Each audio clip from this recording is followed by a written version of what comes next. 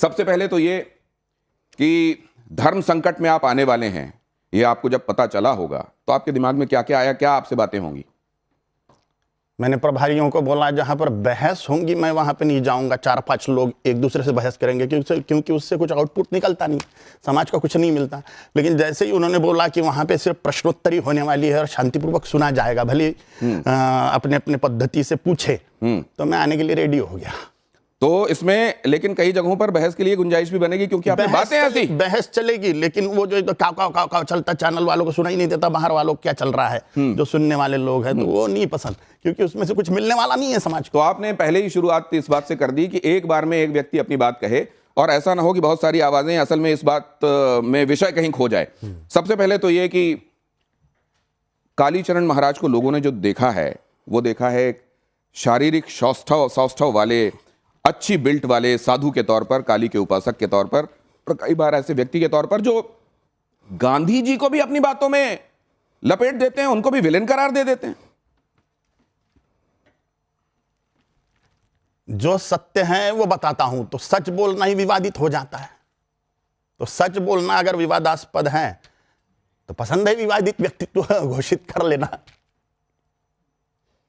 ये आप कह रहे हैं कि सच बोलना, तो क्या वो तमाम लोग जो गांधी जी को इस देश की सबसे महान विभूतियों में शामिल करते हैं, क्या वो सच नहीं बोलते? उनकी अपने अपने मत हैं। मैं भी पहले गांधी का बहुत फॉलोअर था, लेकिन जैसे जैसे अन्य लिटरेचर भी पढ़ते गया, नफरत होने लग गई गांधी से, जो मेरे व्याख्यान में निकलने लग गया बाद में असलियत। मैं इस पर आपको लेकर जाऊंगा, लेकिन सबसे पहले तो वो जब आपको लोगों ने पहली बार उतना करीब से जाना, शिव तांडव स्तोत्र की वो पंक्तियां, पूरा स्तोत्र तो जाहिर अभी हम नहीं सुन सकते, वो पंक्तियां जो आपके हृदय से निकलती हैं, आप एक बार दर्शकों के लिए जरूर सुना दीजिए। ओम अगस्त्येश्वराय नमः, ओम कालिकाम्बिकायै नमः, ओम काली सरि ग रे ग म ग म ब ब म ब द द ब द नि नि ध नि स रे स नि स र म नि ध ध ध नि म नि ध ब ब ब ब ब ब ब ध नि ध ब म म ब द प म ग ग म प म ग रि रे रे रे रे रे रे रे ग म ग रि स रे ग ग रे ग म ग म ब ब म ब द द ब द नि नि ध नि स रे स जयत्वदभ्रमभ्रमद्भुजङ्गमश्वसद्विनिर्गमत्क्रमस्फुरत्करालभालहव्यवट् धिमिद्धिमिद्धिमिद्भनन्मृदङ्गदुङ्गमङ्गलध्वनिक्रमप्रवर्तित प्रचण्डताण्डव शिव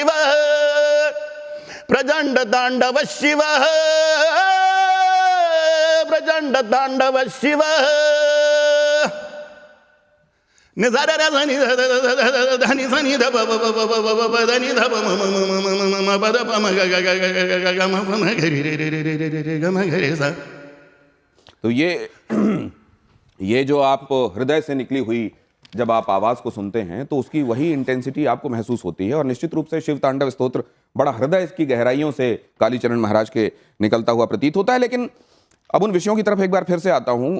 जो मर्मज्ञ हैं शास्त्रों के संदर्भ में, जिनकी जानकारी है, उनको समसामयिक विषयों पर टिप्पणी आवश्यक क्यों लगती है? आप केवल शास्त्र सम्मत व्याख्याएं, उनका प्रवचन, उनका उपदेश क्यों नहीं कर सकते? बाकी चीजों में आप टिप्पणियां क्यों करते हैं? पहली बात तो मैं पढ़ा लिखा हूं नहीं, अंगूठा छाप हूं। मैं गुरुकुल भी नहीं गया, स्कूलों में भी नहीं गया। आप कहते हैं गांधी का लिटरेचर आपने पढ़ा और आप टिप्पणी करते हैं तो पता चल जाता है आपको गांधी के बारे में कुछ नहीं मालूम है। जैसी आपकी मान्यता। बिल्कुल मान्यता है, इस देश की बीच में आप नहीं आइए, आपके पास आ रहा हूं मैं, एक बार उनकी बातें सुन लीजिए। हालांकि जो मेरी जानकारी है, वो विद्यालय गए हैं, उन्होंने पूरी पढ़ाई की है, लेकिन वो खुद कह रहे हैं अंगूठा छाप क्यों कह रहे हैं, इस पर बाद में आऊंगा। जी, क्या बोल रहा था मैं? आप कह रहे थे कि मुझे आपने पढ़ाई नहीं की, आप अंगूठा छाप हैं। तो जो मेरे गुरु ने मुझे सिखाया, महामुनि अगस्त्य जी मेरे गुरु हैं, वही पौराणिक वैदिक महामुनि जिन्होंने भगवान श्री रामचंद्र प्रभु को धनुष्य बाण दिया था रावण के वध के लिए, जिन्होंने समुद्र पी लिया था राक्षसों के संहार के लिए, वो मेरे रूम में प्रकट हो गए थे ब्रह्म मुहूर्त में। और उन्होंने ही मुझे जो व्याख्याएं दी, धर्म की जो ज्ञान दिया, वही मैं समाज में बता रहा हूँ। जो सन्यासियों का कर्तव्य होता है, सत्य परिस्थिति समाज में बताना। तो ये क्या उन्होंने आपको ये भी कहा कि तुम सामायिक मुद्दों पर भी बोला करो? लोगों को बताया निस्संशय मेरा प्रधान उद्देश्य हिंदू राष्ट्र की स्थापना के लिए राजनीति का हिंदूकरण करना है, और उसके लिए जितनी भी आवश्यक बातें हैं वो मैं करूंगा। राजनीति का हिंदूकरण, इसका क्या मतलब है? माने जितने भी धर्मनिष्ठ राजा है जो देवभूमि भारत माता की पूजा करते हैं, यहाँ के सभी रहस्यों को जानते हैं, मोक्ष मार्ग की सुरक्षा की जिम्मेदारी जिन राजाओं के कंधों पर है, ऐसे धर्मनिष्ठ लोग राजनीति में घुसे। 4945 राजा लोग हैं, 4150 विधायक, 545 लोकसभा सांसद, 250 राज्यसभा सांसद, वो सब के सब हिंदू धर्मनिष्ठ होवे तो हम हिंदू राष्ट्र की स्थापना कर सकते हैं। इसलिए मैं प्रयत्नशील हूँ। अब दो चीजें मैं आपसे समझना चाहता हूँ। ये हिंदू जब आप कहते हैं तो ये धर्म है आपके मुताबिक, या आपके मुताबिक जीवन शैली है, या सिंधु नदी के किनारे रहने वाले वो तमाम लोग जो यहाँ इस भारत देश में रहते हैं वो सभी हिंदू हैं? क्या है आपके मुताबिक हिंदू? पहले धर्म माने क्या, फिर हिंदू माने क्या, सनातन माने क्या, ये व्याख्याएं हमें समझ लेनी चाहिए, तो हमारे कंसेप्ट क्लियर हो जाएंगे। अध्यात्म विज्ञानम जीवनात् धारयते इति धर्म। अध्यात्म का साइंस जीवन में धारण करना धर्म है। अध्यात्म माने आत्मा के मामले का, परमात्मा के मामले का, ईश्वर के मामले का, परम सत्य के मामले का जो विज्ञान है, अध्यात्म विज्ञान, यह जीवन में धारण करना धर्म है। सनातन माने क्या, जो था, है और रहेगा, माने सनातन। हिंदू माने क्या, हिंसयति दुष्ट दुर्गुणानाम सह हिंदू, जो अपने अंतःकरण की दुर्गुणों की और समाज में के दुष्टों की हिंसा करे। हिंसा, बड़ी जिम्मेदारी से बोल रहा हूं। जो अपने अंतःकरण के दुर्गुणों की हिंसा करे, समाज में के दुष्टों की हिंसा करे, वह हिंदू। हिंसयति दुष्ट दुर्गुणानाम सह हिंदू। इसलिए हिंदुओं के सभी देव देवियां हिंसक हैं, दुष्टों का संहार करने वाले हैं। इसलिए सनातन हिंदू धर्म वह साइंस जो ईश्वर को प्राप्त करवाता है, परम सत्य को प्राप्त करवाता है, परमानंद को प्राप्त करवाता है, सभी दुखों का नाश करवाता है, वह विज्ञान जीवन में धारण करना धर्म है। तो आप तो मतलब उसको ही उलट दे रहे हैं जहां कहा जाता है अहिंसा परमो धर्म। अहिंसा परमो धर्म एक नंबर की भंपक बात है। अहिंसा परमो धर्म है, धन धर्म हिंसा तथैव च, अध्यात्म महाभारत के अनुशासन पर्व का वाक्य है। अहिंसा परमो धर्म है, धर्म हिंसा तथैव च। अच्छे को छेड़ना नहीं और बुरे को छोड़ना नहीं। हमारी मिलिट्री वही काम कर रही है, पुलिस वही काम कर रही है। पुलिस के बाइसेप पे वो वाक्य लिखा हुआ रहता है, स्लोगन पुलिस का, सद्रक्षणाय खल निग्रहणाय, माने हम सज्जनों का रक्षण करते हैं और खलों का, दुष्टों का निग्रहण करते हैं, नाश करते हैं। यही सत्य स्वरूप में धर्म है, अपने अंतःकरण के दुर्गुणों का नाश तो आप ये कह रहे हैं कि अहिंसा परमो धर्म असल में पूरी बात नहीं बता रहा है। 100% बात नहीं है अहिंसा। हम पूरी तरह से अहिंसात्मक जीवन जी ही नहीं सकते। देश का सत्यानाश कर देंगे आतंकवादी अगर अहिंसा की बात करने लग गए। 100% अहिंसा असंभवनीय है। इसलिए सिर्फ अहिंसा परम धर्म हो ही नहीं सकता। ईश्वर को पाने का साइंस बचाएंगे कैसे? ईश्वर को पाने का साइंस माने धर्म, इसका संरक्षण बिना हिंसा के संभव ही नहीं है। छत्रपति शिवाजी महाराज परम हिंसक थे, गुरु गोविंद सिंह जी महाराज, राणा प्रताप जी महाराज, भगवान श्री राम, भगवान श्री कृष्ण, करोड़ों राक्षसों का संहार कर दिया। महाभारत युद्ध में 166 करोड़ लोगों को मरवा दिया भगवान श्री कृष्ण ने। तो वो जो आतंकवादी कर रहे हैं वो क्या कहेंगे आप, वो हिंसा है नहीं है? 72 रणडियों के पीछे पागल होके काफिरों के गले रेतना ये धर्म नहीं है। ईश्वर को पाने का प्रयत्न करना धर्म है। इस्लाम में और हिंदुत्व में यह फर्क है। हम ईश्वर के पीछे पागल हैं, वो 72 हुरों के पीछे नहीं। लेकिन वो भी तो अपनी की हुई हिंसा को अपने हिसाब से लेजिटिमेट बताते हैं, इसीलिए तो करते हैं। टारगेट क्या है ये ध्यान रखना चाहिए। हतो वा प्राप्स्यसिं स्वर्गं जित्वा वा भोक्ष्यसे महिं तस्माद् उत्तिष्ठ कौन्तेय युद्धाय कृतनिश्चयः। अगर मरोगे इस धर्म युद्ध में तो मुझे प्राप्त कर लोगे, भगवान बोल रहे हैं। और जियोगे तो भूमि पर धर्म का स्वराज्य, धर्म साम्राज्य की स्थापना करोगे। मरोगे तो 72 हुरे पाओगे, ये नहीं बोल रहे भगवान। इसलिए जमीन आसमान का अंतर है इस्लाम के कथन में और हिंदुत्व के कथन में। अब इसको एक सेकंड आ रहा हूं, आपके पास आ रहा हूं। बहुत सारी बातें इकट्ठे हो गई आपके दिल में भी और बाकियों के दिल में भी, मेरे दिल में भी। लेकिन एक बात और, आप जब आपको खुद स्वयं को कालीपुत्र कहते हैं, या आप कहते हैं कि एक दिन अचानक आपके कमरे में अगस्त्य मुनि प्रकट हुए, वो अगस्त्य मुनि जिन्होंने राम रक्षा स्तोत्र, जिन्होंने भगवान राम को यह बताया कि ये आदित्य हृदय का पाठ करोगे तो तुम रावण पे विजयी होगे, वो अगस्त्य मुनि आपके कमरे में प्रकट हो गए। जी। ये लोग कैसे भरोसा करेंगे इस पर? ना करें। लोगों को भरोसा करवाने के लिए थोड़ी बोल रहा हूं। आपकी मम्मी का नाम क्या है? जी, आपकी मम्मी का नाम क्या है? मेरी माँ का नाम, मैं पिताजी और माताजी का नाम लेता नहीं हूं, उनको पिताजी और माताजी ही कहता हूं। काय प्रश्न माता पिता है, उन्होंने बोला कि तू मेरा बेटा है। अब अपने को किसी प्रमाण की कोई जरूरत नहीं है। लोग माने इसके लिए थोड़ी बोला जाता है। आपके पिताजी का नाम आप क्यों बोलते हो? बस आप उनको पिताजी मानते हो इसलिए, क्योंकि उन्होंने तो बोला ये तू उतना मेरा ही बेटा। नहीं, सुनिए, माँ ने बोला ये तेरा बाप है और मैं तेरी माँ हूं। काली माँ ने मुझे बोला तू मेरा बेटा है। मेरी टांग टूट गई थी एक्सीडेंट में, काली माँ ने प्रकट होकर जोड़ी और बोला कि तू मेरा बेटा है। बस हो गया। महामुनि अगस्त्य जी मेरे रूम में प्रकट हुए, उन्होंने मुझे सब कुछ दे दिया। तो अगर इसको कोई इस तरीके से व्याख्या करे कि ये उनकी अपनी मान्यता है और वो स्वयंभू तरीके से इस बात को मानते हैं। मेरे लिए मान्यता नहीं है, दूसरे ये मान सकते हैं कि मैं मानता हूं, पर मुझे कोई ऑब्जेक्शन नहीं। एक राउंड बहुत सारी बातों का हुआ है कालीचरण महाराज के साथ, और इस पर अब जरा यहां मौजूद मेहमानों के मैं नजरिए ले लेता हूं। अगर उनके कोई सवाल हैं तो वो भी ले लेंगे, लेकिन 1 मिनट का सबके पास टाइम रहेगा, इस हिसाब से प्लीज अपनी बात कहिएगा। कपिल जी, पहले आपके पास।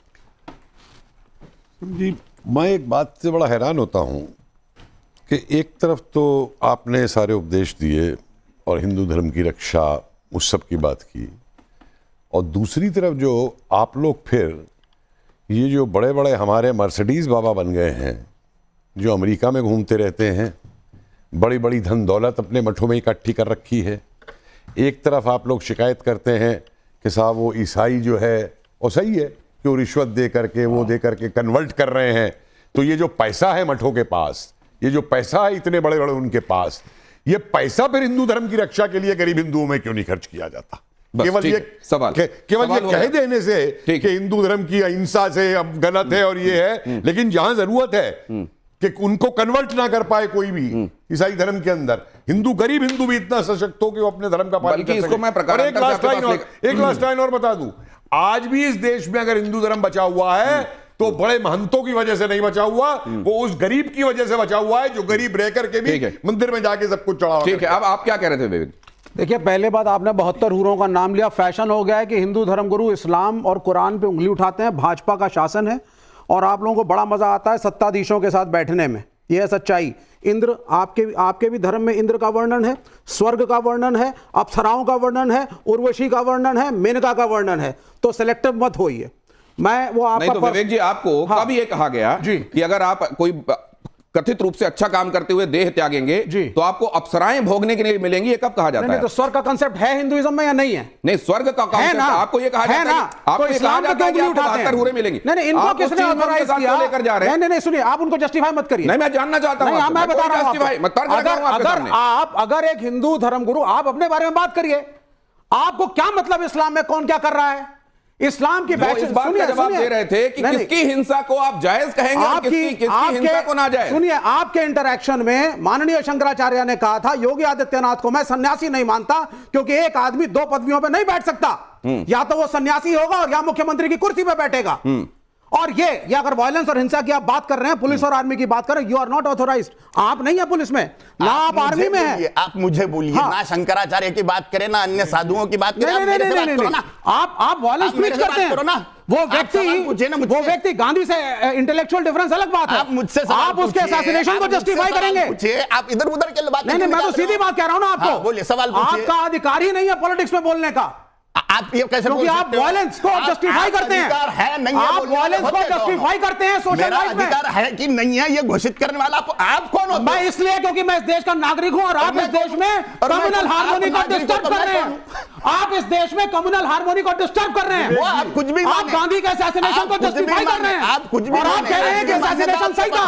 विवेक जी, मुझे धर्मगुरुओं से और आपके पाखंड से डर नहीं लगता। विवेक जी, बिल्कुल बोलूंगा मैं। आप अच्छी बात करते, आप अच्छी बात करते, मैं आपको चरण इस पर करता। तू सड़ी हुई बात नहीं करने का।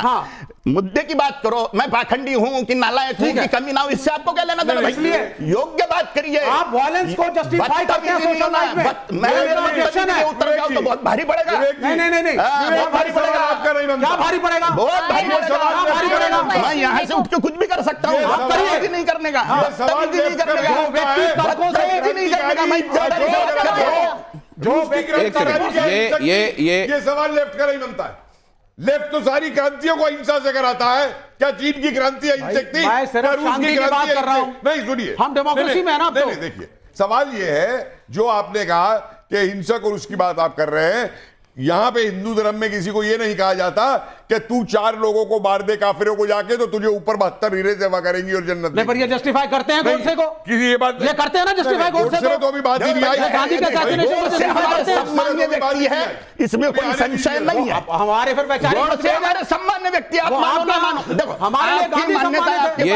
ये हमारी जो भावना है हमारे पास में। आप सब कोई, आप भी कपिल जी और आप भी विवेक जी, जरा ये देखते हैं कि किन शब्दों में कालीचरण महाराज ने गांधी को लेकर क्या कहा था और उसके बाद इस चर्चा पर आते हैं। जरा वो प्ले कीजिए प्लीज। वो मोहनदास करमचंद गांधी ने सत्यानाश किया। वो नाथुराम गोडसे जी को नमस्कार है, मार डाला वो। अब सवाल यह है कि क्या इस देश में उन विभूतियों के संदर्भ में भी बात होगी और इस तरीके से होगी जिनके बारे में असल में यह माना गया कि सैक्रोसेंट हैं, इनको लेकर कोई रिव्यू, कोई समीक्षा की गुंजाइश नहीं बनती है। Kapil ji, review and abusing are different thing sir. एक सेकंड, रिव्यू शब्द यूज करिए, अब्यूजिंग वर्ड यूज करिए। देखिए 2 बात शब्द यूज किया गया है। एक सेकंड, देखिए 2 बातें। एक तो गांधी जो है वो एक प्रैक्टिसिंग पॉलिटिशियन थे। गांधी कोई भगवान नहीं थे जो उन्हें भगवान बना दो और गांधी को कोई क्रिटिसाइज नहीं कर सकता। 1 मिनट, वी एग्री। अब मैं अगर गांधी के शब्द आपको एक याद दिलाता हूं, 1927 के अंदर स्वामी श्रद्धानंद का अब्दुल रशीद ने कत्ल किया था। स्वामी श्रद्धानंद चुपचाप वो शांति अहिंसक तरीके से शुद्धि आंदोलन करा रहे थे। गांधी का वो स्टेटमेंट उठा के देखिए, गांधी क्या कहते हैं। अब्दुल रशीद ने सही किया है, उसने जो भी कुछ किया है वो अपने धर्म को बचाने के लिए किया है। और आगे कहते हैं मैं उसके केस की वकालत करना चाहूंगा। पूरी हिंसा को, पूरे कत्ल को गांधी जस्टिफाई कर रहे हैं एक स्वामी के, और जो क्रांतिकारी अंग्रेजों को गोली मार देते थे उन क्रांतिकारियों की गांधी ऐसी तैसी करते थे कि हिंसा इस्तेमाल करते। पहली वर्ल्ड वॉर के अंदर जाकर के सेना के अंदर अंग्रेजी की रिक्रूट कराना, खुद गांधी लिखते हैं खेदा के अंदर कि जिन गांवों में हम जाते थे आंदोलन को लेकर के और किसान हमें माला पहनाते थे, जब हम वहां पे पहुंचे कि अंग्रेजी सेना में भर्ती हो जाओ तो उन किसानों ने हमें घर में घुसने ही नहीं दिया। वो जो जिनको अंग्रेजी सेना में आप भर्ती करा रहे थे वो वहां पे जाके धरना देते, तो मतलब हड़ताल में बैठते। तो मतलब ये कहा जा रहा है कि मारने के लिए ये होक्स है। नहीं, तो क्या ये कहा जा रहा है कि गांधी जी की बहुत सारी बातें ऐसी हैं जिनकी आलोचना और मुखर आलोचना हो सकती है, लेकिन जिन शब्दों का प्रयोग किया गया वो गलत था। मैं तथ्य पे बोलता हूं, अगर मैंने जो बोला है कोई ऐतिहासिकली गलत साबित कर दे, मैं आज बोलना। मानवी तनेजा जी से मैं ये बात समझना चाहता हूं। मानवी जी, गांधी जी के संदर्भ में टिप्पणियां, क्या गांधी जी की समीक्षा ही नहीं होनी चाहिए, कोई आलोचना ही नहीं होनी चाहिए, या आलोचना हो अगर तो इन शब्दों का प्रयोग नहीं होना चाहिए? और नाथूराम गोडसे को कभी भी देश का हीरो नहीं कहा जा सकता। आप किस तरीके से? देखिए, बिल्कुल भी नहीं बोला जा सकता। पहली बात तो ये कि अपने आप को महाराज बोलते हैं। महाराज मुझे किसी एंगल से लगते नहीं है। आपकी जो भाषा है बहुत ही खराब है। एक महाराज की भाषा बहुत अच्छी होनी चाहिए, बहुत ठीक होनी चाहिए, ऐसी भाषा होनी चाहिए जो लोगों को सुन करके अच्छा लगे, ना कि गंदा लगे। आप गाली दे रहे हैं, महाराज होकर आप गाली दे रहे हैं, और उसके बाद महात्मा गांधी जिन्होंने कुछ किया, आप वोट से खिलाफ कर रहे हैं। प्रियंका क्या कह रही है? सुनिए जरा, प्रियंका क्या कह रही है? एक second, Priyanka please, let me speak, please, let me speak, let me also speak. एक सेकंड, गोडसे जिंदाबाद, गोडसे जी की विजय हो। मैं कह रही हूँ आप बोले, आप स्वामी हैं ना? एक सेकंड, आप बोले नहीं हूं, मैं कोई साधु संत नहीं हूं, मैं महाराज नहीं। नहीं, मानवी जी, आप अपनी जगह पे चलें, आप अपनी जगह पे, आप अपनी जगह, आपके लिए क्या होगा? गोडसे जिंदा होता तो वो गोडसे का सांप बना होता। अगर जीवित होते तो मैं उनका फॉलोअर होता। ये जिंदाबाद कह रहे हैं। आइए मानवी जी, हमारे लिए आइए, इधर आइए। मैं बोलूंगा एक सेकंड, कपिल जी शांत हो जाइए। कपिल जी एक सेकंड शांत हो जाइए। हाँ, बिल्कुल क्या है गांधी? ये I think we should respect. Kapil ji शांत, कपिल जी शांत। आजादी नहीं दिलवाई, पूछिए इनसे। आजादी उनका हाथ था। अरे छोड़िए, उन्होंने कम्युनिस्ट कैडेट दिलवाया अंग्रेजों से मिल करके। पता बिल्कुल मालूम है मुझे, फैक्ट बताइए आप हिस्ट्री के। आप ना सिर्फ पॉलिटिकल एंगल से अरे आज छोड़िए, आप मुझे बताइए उस एक मिनट उस स्वदेशी वाले को माउंटबेटन भी रहा था पहला गवर्नर जनरल बनाने को। एक सेकंड स्वदेशी वाले को प्लीज, बात ऐसे बात मत मैं उसको नहीं बचा रहा हूं, मैंने गोडसे को नहीं बचाया है। एक सेकंड ऐसे बात मत कीजिए, मैंने गोडसे को नहीं बचाया, सुशांत लेकिन गांधी भगवान नहीं है। दोनों शांत हो जाइए। प्रियंका अपनी बात डोमिनियन स्टेटस दिलवाया गांधी ने, माउंटबेटन स्वदेशी Kapil ji, I request you, उसे please. गवर्नर जनरल बनाया। कपिल जी प्लीज, ये थी उसका स्वदेशी बात। कपिल जी प्लीज, प्रियंका प्रूव करिए मुझे प्रियंका wrong। प्लीज, इससे पहले कि वो फिर से शुरू हो, आप अपनी बात कहिए। मेरे पास बहुत सिंपल 2 सवाल हैं।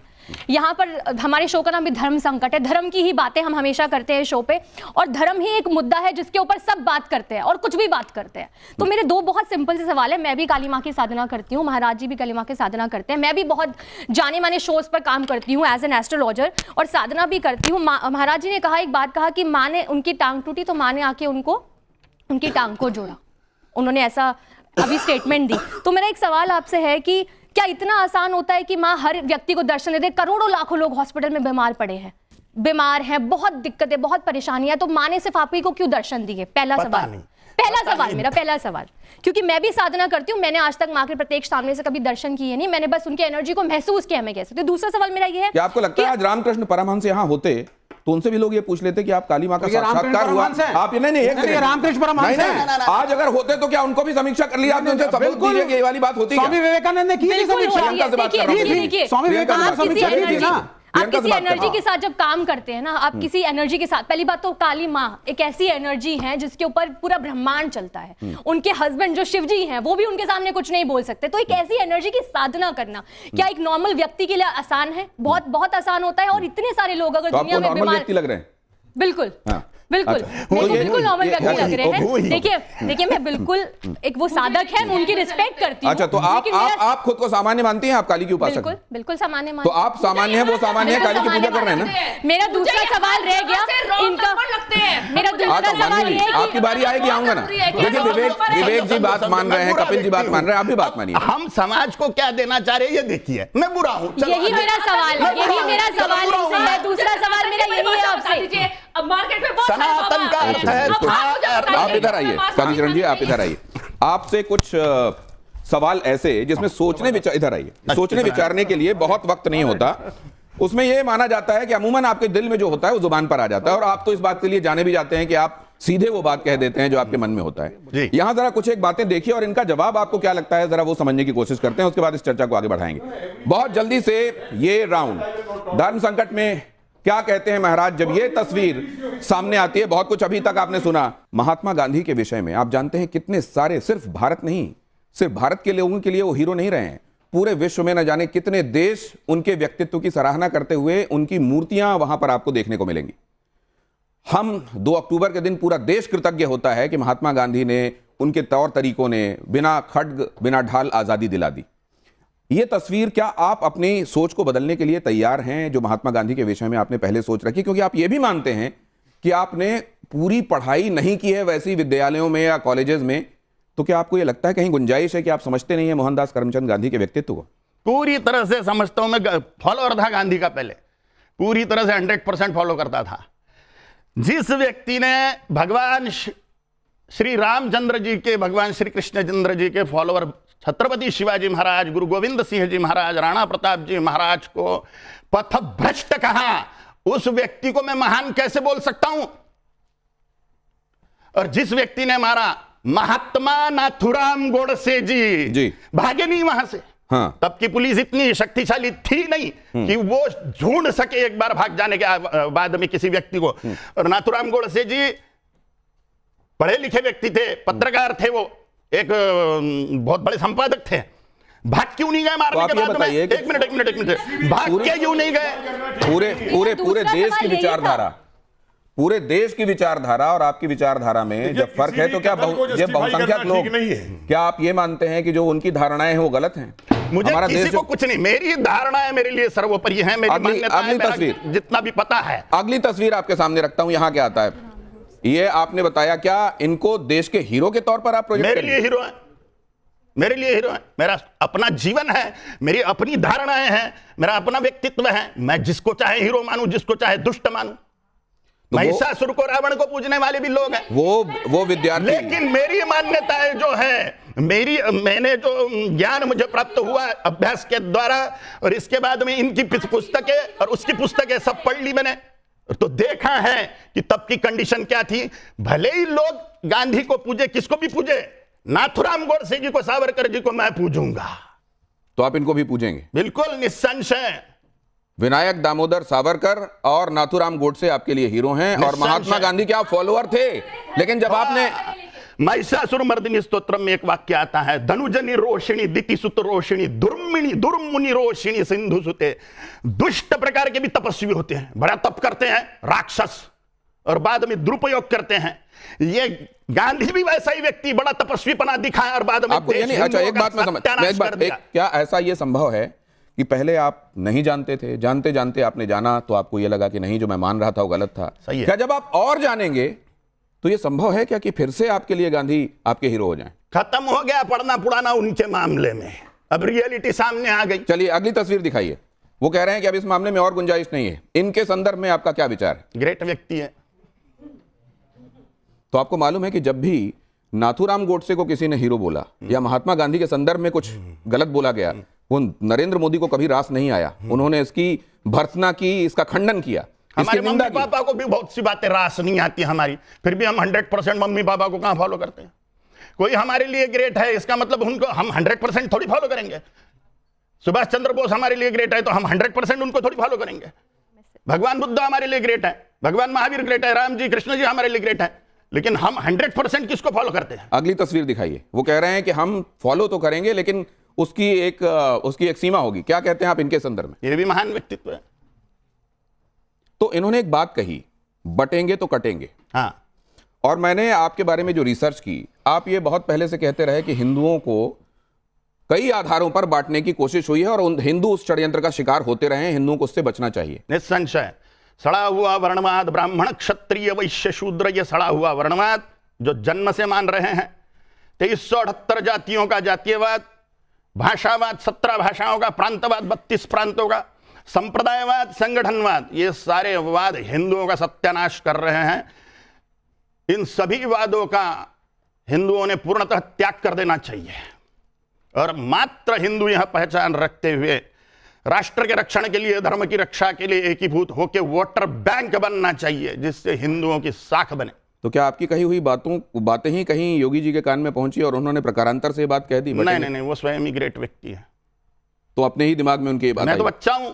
अच्छा एक बात बताइए, के द्वारा बोलने के अनुसार तो मैं दुष्ट व्यक्ति हूं। मैं एक प्रैक्टिकल बात आपसे, व्यवहारिक बात पूछता हूं। अपनी ही जाति में, अपने ही वर्ण में लोगों की शादियों के संदर्भ में भी अपनी एक सोच रही है। अभी हमने देखा कि बिहार से एक मेंबर ऑफ पार्लियामेंट हैं, उन्होंने बात कही कि देखो शादी विवाह में तुम देख लेना कि जाति क्या है, लेकिन जब देश की बात आती है तो वहां जाति मत देखो। मतलब जाति को भी ये देखना है क्या कि यहां तक जाति रखेंगे, यहां तक जाति, फिर उसके बाद जाति का काम नहीं रहेगा, ऐसा देखना है क्या? जिनको जातियों से प्रेम है, जिनको जाति के साथ में माटी खाना है, मट्टी खाना है, उन्होंने विवाह तक के देखो। मेरा तो स्पष्ट मत है, जिनका खान पान सेम है, जिनका धार्मिक आचरण मान्यताएं सेम है और जिनकी आर्थिक कंडीशन सेम है, उन्होंने शादी कर लेनी चाहिए बिना जाति का विचार किए। ये मेरी धारणा है, ये मेरा कहना है। तो ये जब आप कहते हैं अपने फॉलोअर्स को, तो मानते हैं ये बात? पता नहीं, क्योंकि हम जिसको सम्मान देते हैं उसके 100% बात मानेंगे ये जरूरी नहीं ना। अगली बात देखिए जरा, यहां एक अगला आपके सामने एक सवाल है कि इसमें बेहतर विचारक आपको कौन लगता है और क्यों लगता है? हेडगेवार। वजह? हिंदू राष्ट्र, हिंदुत्व का समर्थन। तो आप ये संविधान की सम्मत बात कर रहे हैं जब आप हिंदू राष्ट्र की बात कर रहे हैं? निसंशय। कैसे? डॉक्टर बाबा साहेब आंबेडकर जी ने हिंदू लॉ लागू किया था, नेहरू ने मान्य नहीं करा। संविधान के रचयिता किसको माना जा रहा है? ये इस पे आ रहा हूं मैं, आपके दिमाग में आ रही है बातें, मैं आता हूं, आप अपने सवाल रखिएगा। अगली स्लाइड रखिए प्लीज, जल्दी से। ये देखिए जरा, यहां पर कालीचरण महाराज के लिए पहले क्या है? गीता है कि संविधान है? क्या है? भगवत गीता।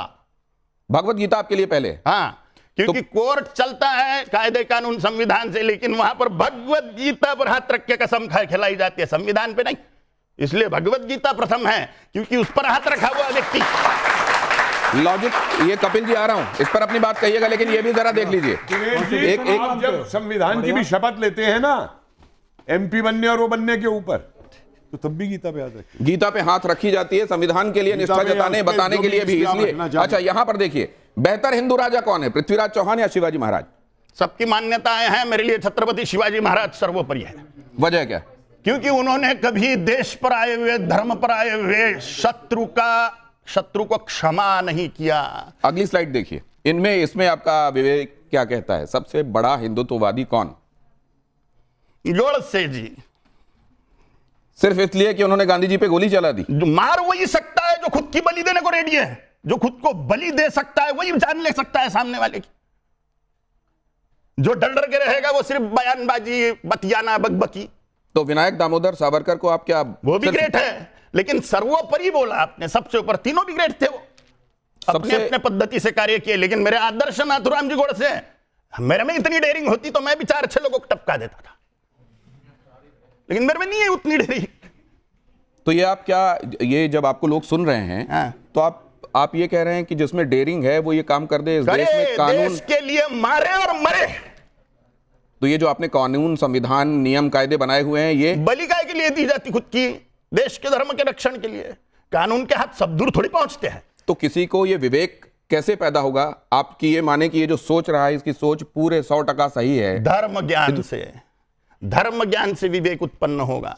भगवत गीता पढ़े, खूब अच्छी तरह से समझे। सुखदखे समय कृत्वाला भाला भौजया जयौ ततो युद्धाय युद्धस्व स नैवं पापम वाप्स्यसि। धर्म रक्षा के लिए, राष्ट्र रक्षा के लिए युद्ध करे, खुद मारे और मरे। अगला, एक सेकंड, अगला। अगर आपको आज क्या संसद में आपको आज AK-47 दे दी जाए 1000, 5000, 10,000, क्या आप यहां से हिंदुओं को उन AK-47 लेकर के बांग्लादेश में लीड करेंगे हिंदुओं को बचाने के लिए? निस्संशय। नहीं तो करिए, क्यों नहीं इकट्ठा करते? कौन दे रहा है AK-47? क्यों नहीं? खाली याद चिल्लाने से कि हिंदुओं को पैसे हो रहा है बांग्लादेश के। बात करना, बात करिए ना, इकट्ठा करिए ना। अरे वो बेचारे समाप्त होने वाला है, उनको रोटी पानी तक नहीं कोई दे पाया। ये रैपिड फायर देख लीजिए। क्या धर्म संसद में हेट स्पीच जायज है? कई बार हम देखते हैं कि साधु संत, उनके मुंहों से, मुखारबिंदों से जो निकलता है वो हेट स्पीच की संज्ञा दी जाती है उसको। इसको आप जायज मानते हैं, ना जायज? बिल्कुल नहीं। क्यों जायज माने? सत्य बताना अगर हेट स्पीच है तो ये बोलने वाले ही गलत है हेट स्पीच है करके। सच बताना अगर हेट स्पीच है तो बोलने वाले ही गलत है। तो कई बार उस तरफ से जो आवाजें आती हैं वो भी कहते हैं कि हम जो कह रहे हैं वो सच कह रहे हैं। आप हेट स्पीच कैसे, भड़काऊ कैसे कह रहे हैं उसको? उन पर कहां से ऑब्जेक्शन हो रहा है? उन पर क्या कायदे कानून हो रहा है? उन पर कौन सी कार्रवाई हो रही है? कार्रवाई तो हिंदुओं पे हो रही है, हिंदुओं की तरफ से बोलने वाले पर कार्रवाई हो रही है। अगली स्लाइड देखिए जरा, इसमें आप क्या कहते हैं? ये सवाल कहता है कि दोनों धर्म संसद में कितना अंतर है। स्वामी विवेकानंद 1893 शिकागो अमेरिका, और कालीचरण महाराज जिसमें थे रायपुर छत्तीसगढ़, इन दोनों में क्या अंतर है और कौन श्रेष्ठ है? विवेकानंद ही श्रेष्ठ है, इसमें कोई संशय नहीं है। मैं कहा किधर का कौन, मैं तो बुरा आदमी हूं बहन जी के हिसाब से, झूठा हूं। विवेकानंद जी तो ग्रेट है बहन जी, आपके हिसाब से विवेकानंद ग्रेट है कि नहीं है?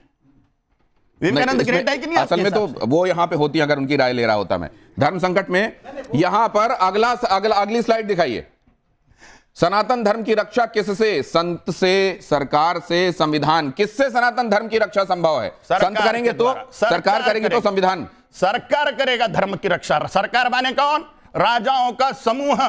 4,945 राजा, 4,150 विधायक, 545 लोकसभा सांसद, 250 राज्यसभा सांसद। तो ये जो विचार हैं वो विचार आपके सामने आ गए। अब जरा एक बार क्विकली मैं मेहमानों के पास, और अगर आपके पास कोई सवाल है, सवाल किससे है और सवाल आपका क्या है, अपने दिमाग में तैयार रखिएगा, आपके पास आने वाला हूं। भगवत गीता पे बात करूंगा। आपने भगवत गीता की प्रशंसा करी, आपने बोला कि साहब भगवत गीता सर्वोपरि है आपके हिसाब से।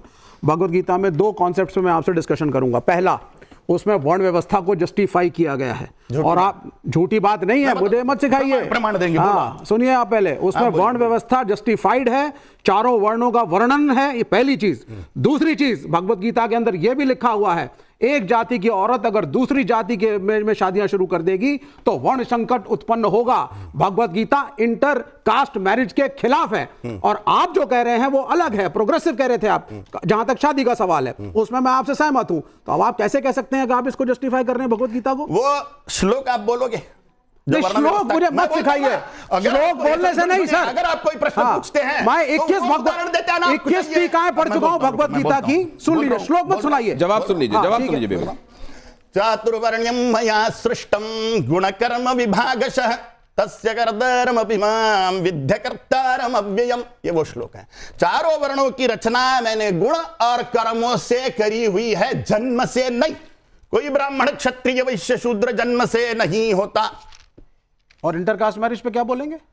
इंटरकास्ट मैरिज में जिनके खान पान समान है, जिनका भगवत गीता में नहीं लिखा है, आप गलत बोल रहे हैं। अर्जुन का विवाह नाग कन्या से हुआ, आप गलत कह रहे हैं। भगवत गीता में इंटरकास्ट मैरिज वैध नहीं है, और मैंने 21 टीकाएं पढ़ी हैं। एक सेकंड विवेक जी, वो उदाहरण दे रहे हैं कि अगर अर्जुन का विवाह या भीम का विवाह, हिडिंबा के साथ भीम का विवाह हो सकता है, घटोत्कच उन्हीं की संतान। वो गीता गीता लिखी गई थी। गीता किसने लिखी? नहीं, गीता कब लिखी गई? गीता कब लिखी गई? तब भीम की शादी उनकी शादी हो गई थी, भीम जी की नहीं हुई थी। आप समय की श्रृंखला को तो देखिए, किस क्षण भगवत गीता लिखी है, मैं उसमें भी आपसे डिबेट कर सकता हूं। बोलो भैया, हाँ किसने लिखी? नहीं, आप मुझे बताइए। नहीं, घुमाइए मत आप बात को, आप सीधी बात बोलिए। वर्ण संकट होगा अगर इंटरकास्ट मैरिज होगी, ये गीता में लिखा है। बड़ा क्लियर बोलने वाला आदमी हूं, घुमाइए मत। जाति में डिफरेंशिएट करो यार। नहीं, वो सर वो तो कॉम्प्लिकेशन पे बात है। आप पूरी तरह से कांटा निकालने को तैयारी नहीं हो। नहीं, पूरी तरह से कपिल जी, आपने जो बीच में टिप्पणी की थी वो लेकर आइए, ये तो जवाब मिल गया कि वो देखिए वर्ण अलग है, जाति अलग है। चारों वर्ण का ऋग्वेद में भी जिक्र यही है, कर्म से है। आप इसका यक्ष का संवाद देख लीजिए यम के साथ, वहां भी वही, सॉरी यक्ष और अर्जुन भीम युधिष्ठिर संवाद देख लीजिए। और किसी भी समय पे जो ये 4 वर्ण बने थे, इन वर्णों को कार्य के हिसाब से बदला जा सकता था, कोई कुछ भी कर सकता था। उसके बाद दूसरी स्थिति आई जब ये हुआ कि जिसके यहां पैदा होगे कहलाओगे वही, लेकिन वर्ण बदल सकते, काम बदल सकते हो। ये तीसरी स्थिति जो आई कि जिसके यहां पैदा हो गई और वही कहलवाओगे, इसने उस व्यवस्था का सत्यानाश कर दिया, पूरा का पूरा जो असली वर्ण व्यवस्था थी उससे। एक बात लेकिन आज हम सुनिए, जाति और उसको जो हम करते हैं, जाति कास्टा इज रेशियल का जाति से कोई मतलब नहीं है, जो अंग्रेजों ने ट्रांसलेशन किया। और एक चीज और मैं बता दूं आपको, 1871 की सेंसस में हमारे बहुत से ऐसे व्यावसायिक संप्रदाय थे, कुम्हार, लोहार, बढ़ई, तेली, जिनको कभी लो कास्ट नहीं कहा गया था, जिनको अंग्रेजों ने पहली बार 1871 की सेंसस के अंदर लो कास्ट कह करके लिखा वहां पे। तो अंग्रेजों ने सिखाया था सर, विद ड्यू रिस्पेक्ट, कि गांव के अंदर इस आदमी को पानी हम अपने घर में नहीं पिलाएंगे, खाट पे नहीं बैठने देंगे। मैं आ रहा हूं सर, वो एक बड़ी लंबी बहस हो जाएगी और विषयांतर हो जाएगा। मैं जरा कोई ये बता दे कपिल जी, फिर मध्यकालीन के अंदर का क्यों नहीं लिखा जाता? यहाँ मध्यकालीन के अंदर ये जो ऑडियंस है कालीचरण महाराज के लिए, इनके पास क्या सवाल है? मेरा सवाल कालीचरण जी से है। आप बोल रहे हैं कि मरो और मारो, मतलब अहिंसा, जो हिंसा है वो ठीक है, तो इस हिसाब से तो जो हम सब हैं, हम लोग कल से तलवारें लेके सड़क पे उतर जाएं कि हमें कोई उंगली भी करे तो हम उसका गला काट दें। और दूसरा मेरा है कि आपने कहा कि सरकार धर्म की रक्षा करती है, जो अभी सत्ता में सरकार है वो बोल रही है बटोगे तो कटोगे, और वो स्पेसिफाई नहीं कर रहा है कि कौन बटेगा तो कौन कटेगा। तो हमारे हिसाब से धर्म की जो रक्षा करेगा वो संविधान करेगा, तो आप इसे कैसे जस्टिफाई करेंगे कि सरकार रक्षा कर रही है? संविधान को प्रजा में लागू कौन करता है? राजा। संविधान कायदे कानून का लागू करना किसके हाथ में है? राजा के हाथ में है। कोई कानून बना दिया, उसको सख्ती से लागू कौन करवाएगा? राजा का आदेश। इसलिए संविधान की रक्षा भी राजा करेगा, धर्म की रक्षा भी राजा ही करेगा, राष्ट्र की रक्षा भी राजा करेगा। वहां कश्मीर में एक लड़की पर बलात्कार कर दिया, वहां पुलिस भी थी और सेना भी थी, लेकिन ऑर्डर नहीं थे राजा के उनको खत्म करो करके सामने वालों को। अगर ऑर्डर होते तो किसी महिला की प्रतिष्ठा खराब नहीं होती थी, किसी लड़की की प्रतिष्ठा असुरक्षित नहीं होती थी। राजा का अगर सख्त ऑर्डर है, शूट एट साइट, वहीं पे मार डालो जो अत्याचारी है। ये भी मैं आपसे जानना चाहता हूं कि बॉलीवुड के बारे में भी आपने कई बार कहा कि वो लोग इंसाफ नहीं कर रहे हैं, उनकी फंडिंग को लेकर भी आपने बहुत सारी बातें कही, वक्त वक्त पर आने वाली फिल्मों को लेकर भी आप आलोचक रहे। क्या धारणा है आपकी बॉलीवुड के बारे में? जब भी ये जो बड़ा क्षेत्र है समाज पर जिसका बहुत बड़ा प्रभाव है, ये फिल्म सिटी, ये पूरी तरह से हिंदू धर्म विरोधी है, इसमें कोई संशय नहीं है। जो मुंबई की फिल्म सिटी है, क्या बोलते हैं उसको? बॉलीवुड क्या बोलते हैं? बॉलीवुड बोलते हैं उसको। बॉलीवुड नाम की तो कोई चीज ही नहीं है, कोई रजिस्टर्ड जो समझते हैं वो शब्द ही वापरेंगे। जो मैं एक बात ये समझना चाहता हूं, जैसे उन्होंने कुछ एक साधु संतों का जिक्र करके, जो साधु संतों के वेश में रहते थे लेकिन उनके आचरण साधु सम्मत नहीं पाए गए, उनका नाम उन्होंने लिया और पूरी बिरादरी की बात की। उसी तरीके से बॉलीवुड में कुछ एक उदाहरणों की वजह से, उदाहरणों की वजह से, क्या आप पूरे के पूरी फ्रेटर्निटी को, बॉलीवुड को खराब नहीं, ज्यादातर प्रमाण बॉलीवुड में हिंदुओं को डोमिनेट करने का है, हिंदुओं के श्रद्धा स्थानों को डोमिनेट करने का प्रमाण ज्यादा है। वही वो दाक्षिणात्य फिल्म सिटी का नहीं है। दाक्षिणात्य फिल्म सिटी भारत माता या राष्ट्रीय निष्ठा और धर्म के मामले में प्रोत्साहन देती है। हिस्सों में बांट दिया है, बॉलीवुड के टुकड़े हो गए। एक बॉलीवुड हो गया एंटरटेनमेंट इंडस्ट्री, एक बॉलीवुड हो गया पॉलिटिकल बॉलीवुड, जो बनाता है कश्मीर जैसी पिक्चर, जो बनाता है केरला स्टोरी जैसी पिक्चर। क्या ये बॉलीवुड और बॉलीवुड हो गया है? एक सेकंड कपिल जी, आखिरी लेग पर चल रहे हैं हम। हाँ जल्दी से, अच्छा बात आ गई आपकी, मानवी जी आपने बात कह दी, बॉलीवुड। दिक्कत आज ये हो गई है कि पहले बॉलीवुड के अंदर जब दाऊद कंट्रोल्ड बॉलीवुड था तो आप हिंदुओं का जितना मर्जी मजाक उड़ा सकते थे, समझे? हर साधु संत को ही रेपिस्ट दिखाया जाता था भक्तों का, किसी मुल्ला मौलाना को दिखाने की हिम्मत नहीं होती थी। अरे छोड़िए, बात मुझे पूरी करने दीजिए, इनके पास कुछ फर्क नहीं है। आज जब ऐसी फिल्में बनने लगी हैं कि जो सनातन को ऊंचा दिखा रही हैं तो इन्हें तकलीफ है। मुझे एक बात बताइए, सारे इस्लाम वाले गाने का विरोध करते हैं, हमारे धर्म में नहीं है, नाचने का विरोध करते हैं, तो फिर सलमान और इनको क्यों नहीं इनके खिलाफ फतवा पढ़ते? अरे फतवे क्यों नहीं पढ़ते इनके खिलाफ? अरे डिमांड सप्लाई क्या है जो आप करिए डिमांड सप्लाई की बात पे। जी हाँ, आपकी बड़ी डिमांड हो रही है, पब्लिक में जाइए, हिट कराते हैं। धर्म संकट में कितनी बातों का, कितने सवालों का आपको जवाब मिला। धर्म संकट में कई यक्ष प्रश्न ऐसे जिनके संदर्भ में हमेशा ऊहापोह की स्थिति रहती है, उन ऊहापोह की स्थितियों को दूर करने, असमंजस को दूर करने में आज की ये वार्ता कितनी सफल रही वो फैसला आप कीजिएगा। फिलहाल मैं आप सबका धन्यवाद करता हूं। व्यक्तिगत आक्षेपों से बचें, एक दूसरे को लेकर व्यक्तिगत टिप्पणियां ना करें, मेरी आप सबसे प्रार्थना रहेगी। और ये भी कि यहां जो विचार व्यक्त किए गए हैं, हमारे जो मेहमान आए हैं उन्होंने अपनी जो बात कही है, ये उनके अपने निजी विचार हैं। हम हर एक बात का समर्थन ही कर रहे हों क्योंकि हम इसको दिखा रहे हैं, ऐसा कतई नहीं है, ये बात भी मैं जोड़ दूं। बहुत धन्यवाद आप सबका यहां पधारने के लिए। लेकिन मैं चाहूंगा मेरी प्यारी ऑडियंस के लिए भी मेरी तरफ से तालियां, आप लोगों ने इसमें हिस्सा लिया। लेकिन मैं चाहूंगा कि भगवती की स्तुति के साथ, भगवती के लिए मुझे वो लाइनें याद आती हैं, प्रमादे प्रवासे विवादे विषादे जले चानले पर्वते शत्रु मध्य अरण्य शरण्य सदा माम कृपा ही गतिस्त्वम गतिस्त्वम त्वमेका भवानी। आपके सुर में एक बार सुन लूं। ये स्तोत्र तो मुझे याद नहीं, आपको जो सही लगे। कालिकाष्टक का एक। जी जी जी प्लीज। ओम सगमाधाने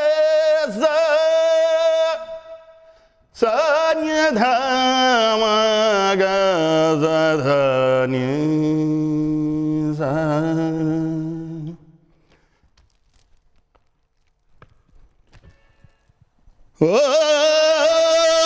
सानिय धम ग जगम गम दम धनि न न न न न धनि धनि धनि धनि ज ज ज ज ज